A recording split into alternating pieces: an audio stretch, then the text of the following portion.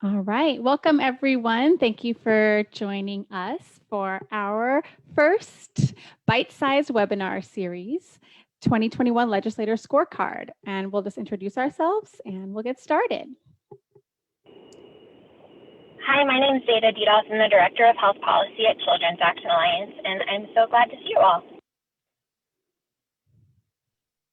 Hi, I'm Layal Rabat. I'm the Programs Director of Asian Pacific Community in Action and the Chair of the Arizona Oral Health Coalition. Happy to be here. Hi, everyone. I'm Brianna Miller, Health Policy Specialist at Children's Action Alliance and Coordinator for the Arizona Oral Health Coalition. Hey everyone, I'm Tara Walstad. I'm a member of the Arizona Oral Health Coalition. All right, so I think to get us started, Layal, can you tell us about the history of the Arizona Oral Health Coalition? Sure. So the Arizona Oral Health Coalition actually began as a steering committee. And in 2015, there was a policy tool workshop where people got together and we were able to identify areas that we wanted to work on. And so, the steering committee was just a series of meetings at the time where we were dreaming of a coalition. And in 2016, we were able to hold regional roundtables throughout the state to identify local priorities from different regions in Arizona. And can you tell us a little bit about the 2017 summit, Layal? Sure. So in 2017, we held a summit with the Arizona Public Health Association, and we brought together so many brilliant minds from across the state that are working in oral health in Arizona. And from all of those workshops and the talks and everything where everybody shared about their work, we were able to create our first work groups. Now we know those as committees, and we were able to also greatly increase our membership. And after that, the Leadership Council officially became a coalition. The Arizona Oral Health Coalition carries out so much of its work through the committees. So Zaida, could you tell us a little bit about the Advocacy Committee and its priorities?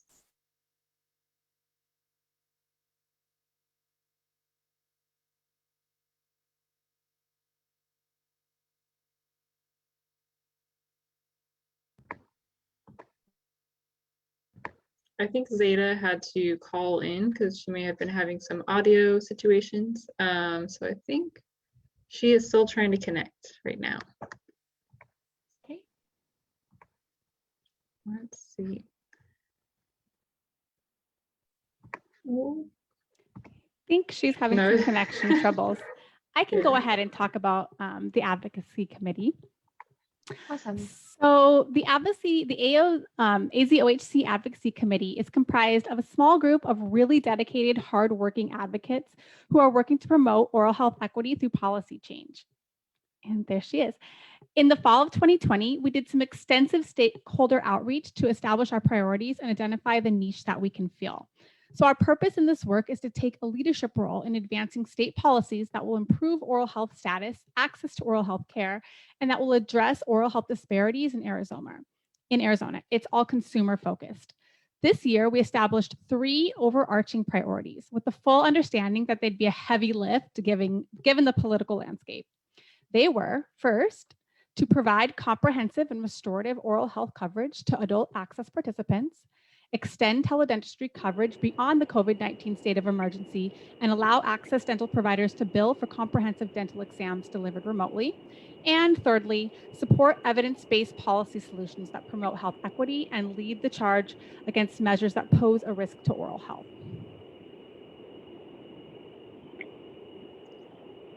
All right. Thank you so much for jumping in, Brianna, and explaining about the committees and the advocacy committee goals. Would you be able to talk about the scorecard next on the? I would love to. The meat and potatoes, right? So AZOHC's Advocacy Committee created the legislative scorecard and there we go. All right, so we can see our beautiful scorecard.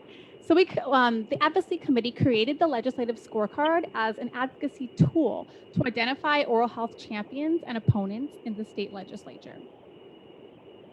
The scorecard gives us an idea of how different lawmakers in both the State House and Senate voted related to bills that advance access to oral health.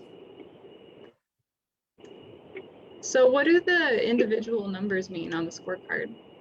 Sure. So lawmakers were given a numeric score based on the number of times they voted in alignment with the Arizona Oral Health Coalition's policy priorities on legislation directly related to or impacting oral health and access to care, and whether they sponsored that legislation.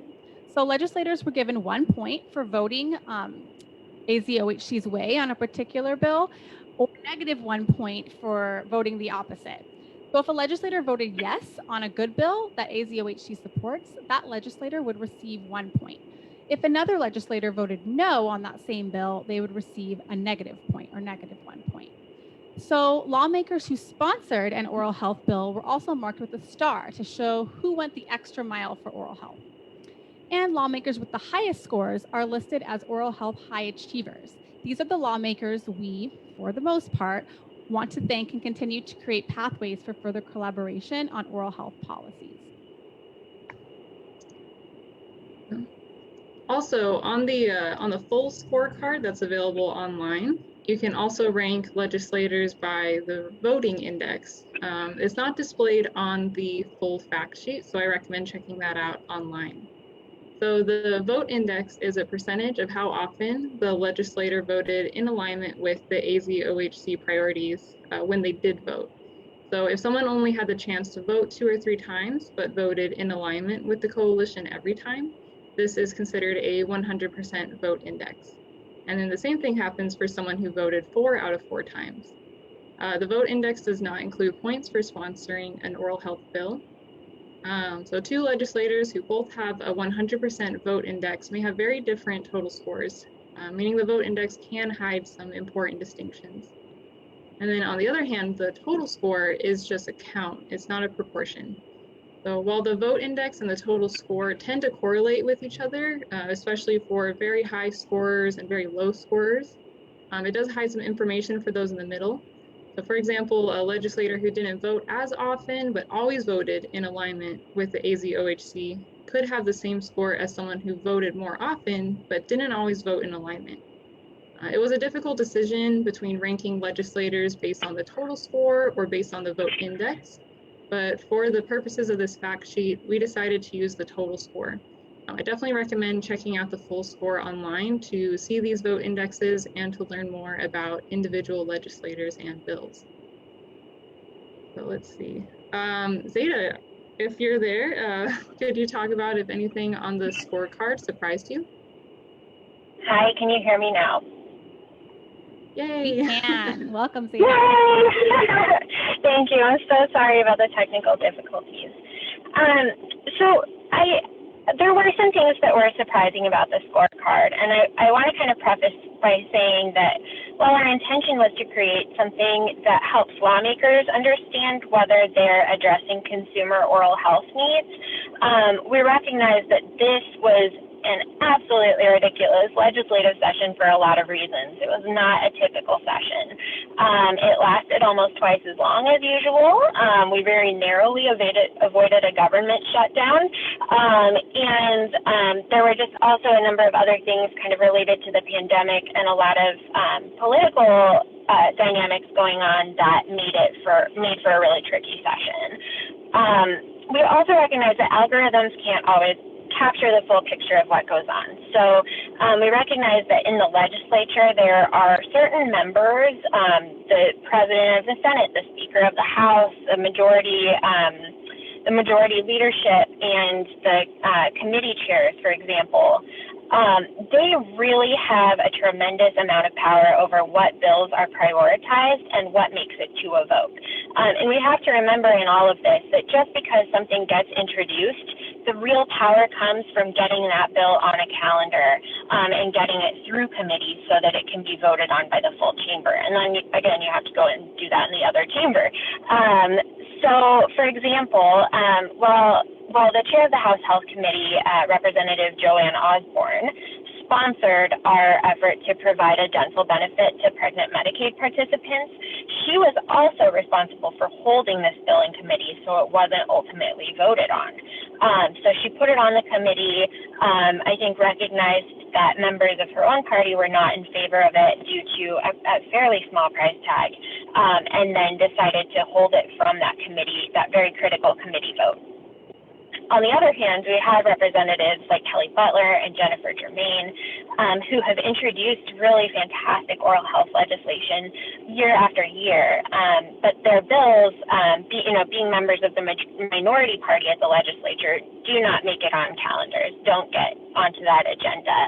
And so we really wanted to find a way to take all of those considerations into effect while also recognizing that the algorithm is never going to fully represent what's going on behind the scenes.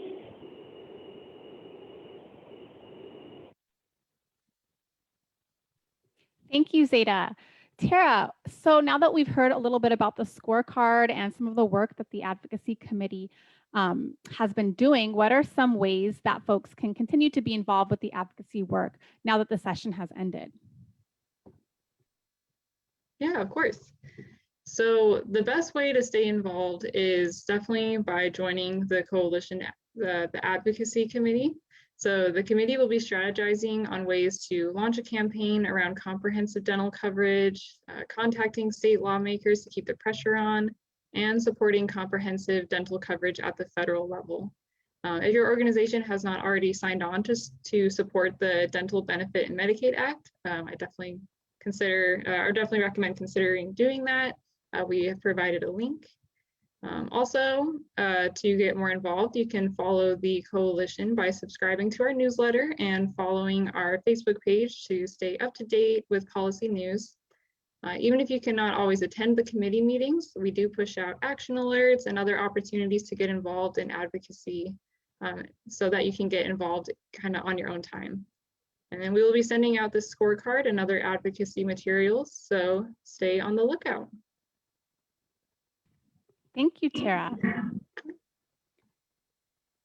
And it looks like we have some participants on our Zoom line. If anyone has any questions, now would be the time. Otherwise, thank you so much for joining us for our first bite-sized webinar.